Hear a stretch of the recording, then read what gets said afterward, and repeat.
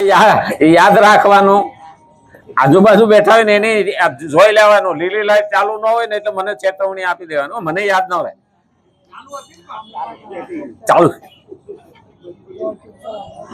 હસવાની વાત છે. હો હા, ઘડીક વિનોદ જોઈએ. ભક્તિ કરતા છૂટે મારા પ્રાણ, જીવન એવું હોવું જોઈએ. ભક્તિ કરતા અવતારીઓ ચાલુ થયા પેલા.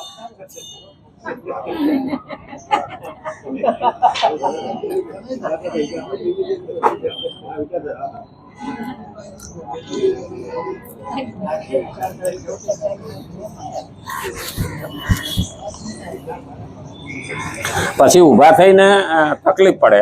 બધા આવતા હોય ને. આજે તો વસંત પંચમી, માં સરસ્વતીનો ઉપાસનાનો આજે દિવસ. આજે થી વસંત ચાલુ થાય. ભગવદ્ ગીતા 10મો અધ્યાય શ્રીમદ ભગવદ્ ગીતાનો વિભૂતિ યોગ, એમાં ભગવાન કહે છે વસંત એ હું છું. ઋતુમાં ઋતુનો રાજા એટલે વસંત. એટલે ભગવાને 10મા અધ્યાયમાં ભગવદ્ ગીતામાં કીધું વિભૂતિ યોગમાં કે એ મારી વિભૂતિ છે વસંત. મહારાષ્ટ્રમાં કે ને વસંત તાતીલા કોકિલ કુહુ કુહુ બોલે. હા, વસંતમાં કોકિલા એટલે કોયલ બોલે. વસંતમાં કામદેવ નીકળે અને સાથે રતી હોય એની પત્ની. વ્યવસ્થિત હોય કામ તો દેવ કહેવાય, નહીતર વાસના કહેવાય, વિનાશ વેરે. એટલે વસંત આવે છે.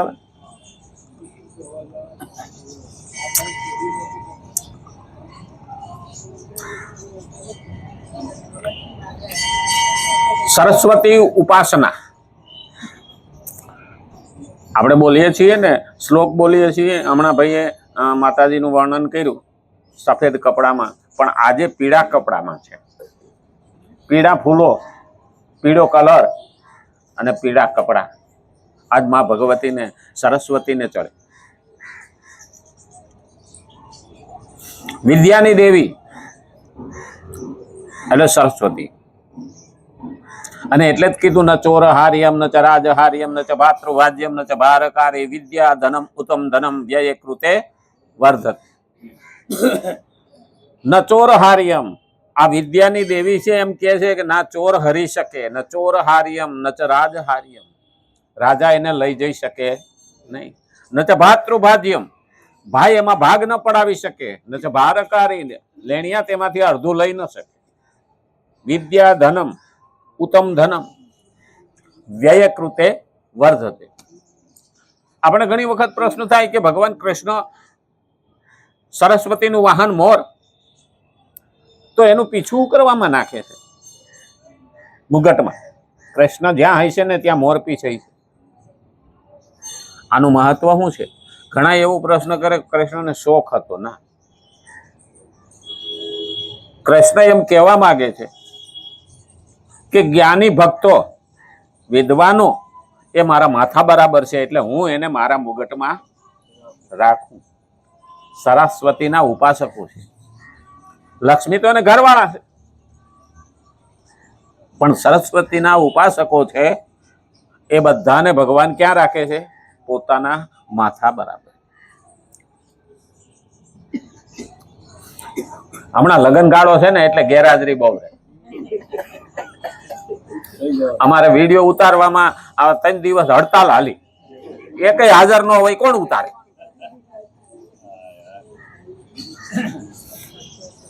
હા, એટલે દૂર બેસીને જોતા હોય છે ને એને તકલીફ પડશે કે 2-3 દાડા કે રજા રહેવાની, એ તો હાલવાનું.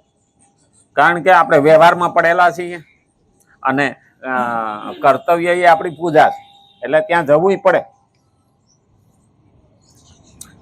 કઈ વાંધો નહીં, 2 દિવસ ત્યાં બેઠેલા ને સાંભળવા નહીં મળે. આપણે તો અહીં સાંભળતા હતા જેટલા હાજર હતા. આ બધાને રજા મળે, મને ન મળે હો.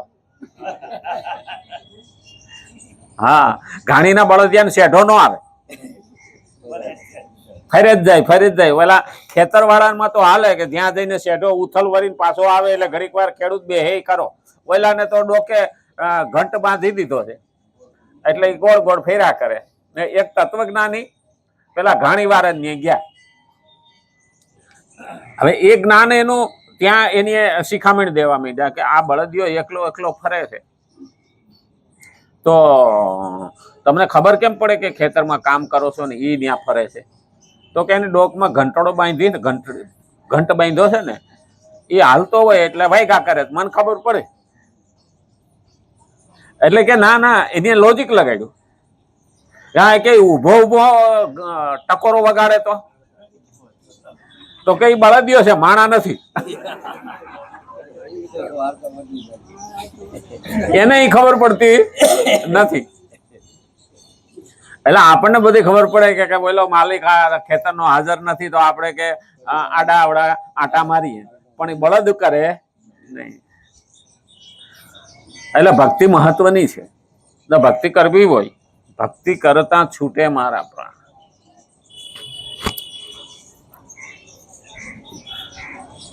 તો ભક્તિમાં માણસને શ્રદ્ધા જોઈએ, સત્કર્મ જોઈએ, અને આ બધા માટે થઈને જ્ઞાન જોઈએ. જ્ઞાન ઓછું હોય છે તો ચાલશે, પણ શ્રદ્ધા મહત્વની છે. પણ જ્ઞાન વિના તો સત્કર્મ થતું નથી, જ્ઞાન વિના કોઈ કર્મ થતું નથી. તો ભક્તિ કરવા માટે મારે જ્ઞાન તો જોશે. તો આપણે ભગવાન તો બધાને જોઈએ છે. ભગવાન સુધી પહોંચવા માટે થઈ અને આપણે સતત જ્ઞાનના પરબમાં બેઠા છીએ. જ્ઞાન યજ્ઞ કહીએ પણ નાનકડું પરબ છે. 1 કલાક આપણે ભગવાનના સાનિધ્યમાં બેઠા. આપણું તન, મન, ચિત્ત, આત્મા ને અહંકાર આ બધું એમાં જોડાઈ જાય. એટલે શ્રીમદ ભગવદ્ ગીતા 3જો અધ્યાય 21મો શ્લોક આપણે જોઈએ છીએ. બીજાના આચરણ ઉપર એનું આચરણ જોઈને બીજા એનું આચરણ કરે. હવે જો સારું આચરણ કરવા વાળાને જોવે તો સારું આચરણ કરે, અને ખરાબ આચરણ કરવા વાળાને જોવે તો ખરાબ આચરણ કરે. હવે ખરાબ આચરણ કરતા હોય એનું આચરણ બીજા કરે ને તો એનો પાપનો ભાગીદાર પોતે બને. કારણ એને સમાજના કેટલા વર્ગને બગાડ્યો. અને સારું આચરણ કરનારાનું બીજા આચરણ કરે તો એને સમાજના કેટલા વર્ગને આગળ સત્કર્મ માટે લઈ ગયો. તો એનું પુણ્ય પણ એને મળે. બે છે, ખરાબ પણ મળે ખરાબ કરવાથી, અને સારું પણ મળે સારું કરવા. સમાજમાં દાખલો બેસે એવું જીવન હોવું જોઈએ. તો કેવી રીતનું હોવું જોઈએ? કોઈને કેવું ન પડે. ભગવદ્ ગીતામાં ભગવાન એમ કહે છે કે સુધારવાની શરૂઆત તારાથી કઈ, બીજાની સામે આપણે જોવાની જરૂર નથી. હવે દરેક એવું કે માને કે મારાથી શરૂઆત કરું. આપણે બીજાને સુધારી શકતા જ નથી. આપણી જાતને સુધારીએ ને તો બહુ થઈ. પોતે સુધરે એટલે પોતાનું કુટુંબ સુધરે, પોતાનું કુટુંબ સુધરે જોઈને બીજા સુધરે, બીજા જોઈને એનું કુટુંબ સુધરે. એમ કુટુંબો થઈને એક સમૂહ ઊભો થાય, અને એને જ ઉત્તમ સમૂહ કહેવામાં આવે. અને ભારતમાં પેલા એ હતા. આ તો બીજા ઉપરથી વિશ્વાસ ઓછો થયો એટલે તાળા આવ્યા. આ લોક મારીએ ને એ ત્યારે આવ્યા કે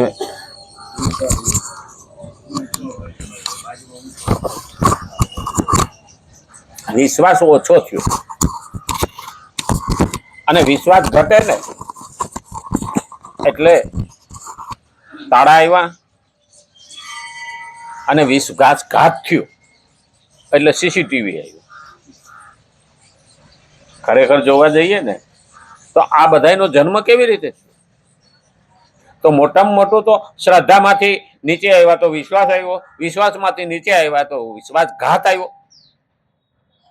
અને એટલે જ કીધું કે ભગવાન પાસે પણ આપણે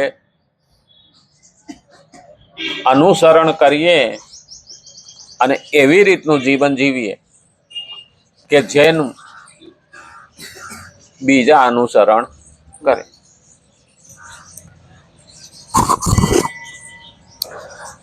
પોતપોતાના કર્તવ્યોનું પાલન કરવા લાગી જાય છે. જો કે આચરણનું ક્ષેત્ર સીમિત અને પ્રમાણ વચનોનું ક્ષેત્ર વિસ્તૃત હોય છે. પોતપોતાના કર્તવ્યનું પાલન કરવા લાગી જાય. જો કે આચરણનું ક્ષેત્ર સીમિત છે. આપણે જેટલામાં આચરણ કરતા હોય એટલામાં એ વિસ્તારમાં અથવા તો એ ગલીમાં કે ગામમાં એટલું જ રહે. પણ વચનોનું એટલે શું કીધું છે? જે સારા શબ્દો છે એ દૂર સુધી જાય. વાણી આપણે અહીંયા બોલીએ એમાંથી આપણે ઉતારતા થયા, એ વાણી ક્યાં ગઈ? આ સમાજની અંદર આ હવામાં કરોડો શબ્દ છે, અબજો શબ્દ છે, અબજો ફોટાઓ છે, ચિત્રો છે, અંદર અબજો જીવો છે. આ હવામાં આપણે જોઈ શકતા નથી. આપણને એમ લાગે કે ના ના હવામાં કાંઈ નથી, બહુ છે. આપણે અહીં ટીવી મૂકીએ અને ચેનલ ફેરવીએ ને એટલે તરત ઈ દેખાવા માંડે, બીજી ચેનલ લઈએ એટલે ઈ દેખાવા માંડે. તો એ હવામાં હોય તો જ એમાં આવ્યું, નહીતર આવે ખરું? હજારો અવાજ છે, લાખો કરોડો અબજો અવાજ છે. એમ આપણા પણ વચનો અવાજ આજુબાજુ પ્રભાવ કરતા હોય. એટલે તો કીધું નેગેટિવ વિચાર આજુબાજુ બેઠેલાને પણ નેગેટિવ નડે. પોઝિટિવ વિચાર વાળો જાય તો એકાબીજાને ગમે. એક આયવે દુઃખ ઉપડે, એક આયવે દુઃખ જાય. આનંદ કે પરમાનંદા, માણસે માણસે ફેર. એક લાખો દેતા ન મળે, બીજા તાંબિયાના તે. માણસમાં આ છે, કારણ કે નેગેટિવ વિચાર છે. અને એટલે જ છે નેગેટિવ માણસ ન ગમતો હોવા છતાંય ઘણા મોઢા બગાડીને પણ ચલાવી લે આવી બેહે. તો જીવન એવું હોવું જોઈએ. અને એટલે કીધું છે અનુસરણ ક્યારે થાય? અને એ જ કીધું છે આચરણ આપણું એવું હોવું જોઈએ કે બીજાને જીવવાનું મન થાય. તો પણ ભગવાન દ્વારા શ્રેષ્ઠ પુરુષના આચરણમાં 5 પદ. શ્રેષ્ઠ પુરુષ એટલે આત્મા. શ્રેષ્ઠ આત્માના પદમાં 5 પદ આપ્યા છે. યત યત તત તત. અને વિશેષ રૂપથી એવ આપવાનો અભિપ્રાય છે કે તેના આચરણનો પ્રભાવ સમાજ ઉપર 5 ગણો વધારે પડે છે. આપણે જીવતા હોઈએ આપણને એવું લાગે, પણ સત્ગુણી માણસ, સત્સંગી માણસ, પોઝિટિવ વિચારવાળો માણસ ત્યાંથી નીકળે ને તો પણ એની હવામાં માણસને માનસિક શાંતિ આવે. એટલે તો શિવપુરાણમાં લખ્યું છે કે જે શિવપુરાણ સાંભળીને જાય ને એના જે દર્શન કરે ને વ્યક્તિના, એ શિવના દર્શન કર્યા બરાબર છે. આટલું મહત્વ એને આપેલું છે. શા માટે? પોઝિટિવ વિચાર જે છે, સકારાત્મક. પછી એને આપણે સજ્જનને એવું માનીએ કે એ તો નમાલો છે, કાયર છે. ના, એનામાં જે સતગુણ છે એના હિસાબે નથી બોલતો તો એવું નહીં માનવાનું કે મૂર્ખ છે. અને એટલે જ કીધું છે એવ વિશેષ રૂપથી એવ આપવાનો અભિપ્રાય છે કે તેના આચરણનો પ્રભાવ સમાજ ઉપર 5 ગણો વધારે પડે છે. અને પ્રમાણમાં 2 પદ યત અને તત આપવાનો અભિપ્રાય એ છે કે પ્રમાણનો પ્રભાવ સમાજ ઉપર કેવળ 2 ગણો અપેક્ષા કરતા ઓછો પડે છે. આપણે જે ધાર્યું એનાથી કે ઓછો પડે છે. હવે આપણે ટીવીમાં જોઈએ, ટીવીમાં કથા સાંભળી અને કથામાં મંડપમાં જઈને બેસીને સાંભળી, એમાં કેટલો ફરક છે. આપણે ત્યાં તો આ કાગળિયા છપાવીને ધર્મનો પ્રચાર કરવાનું ના પાડેલું છે. એટલે તો અંગ્રેજોને લખવું પડ્યું કે લેટર ઇઝ ડેડ. કારણ કે એ કાગળિયો આપણા હાથમાં આવ્યો એટલે વાંચીને નાખી દીધું. એ બહુમાં બહુ યાદ રહે તો 3 દિવસ, એથી વધારે યાદ રહે નહીં. પછી ધ્યાનપૂર્વક ચિત્ત એકાગ્ર કરીને વાંચેલું એ અંદર પડેલું છે, પણ 30 દિવસ સુધી મોઢે લાવી શકો, પછી અંદર પડ્યું છે.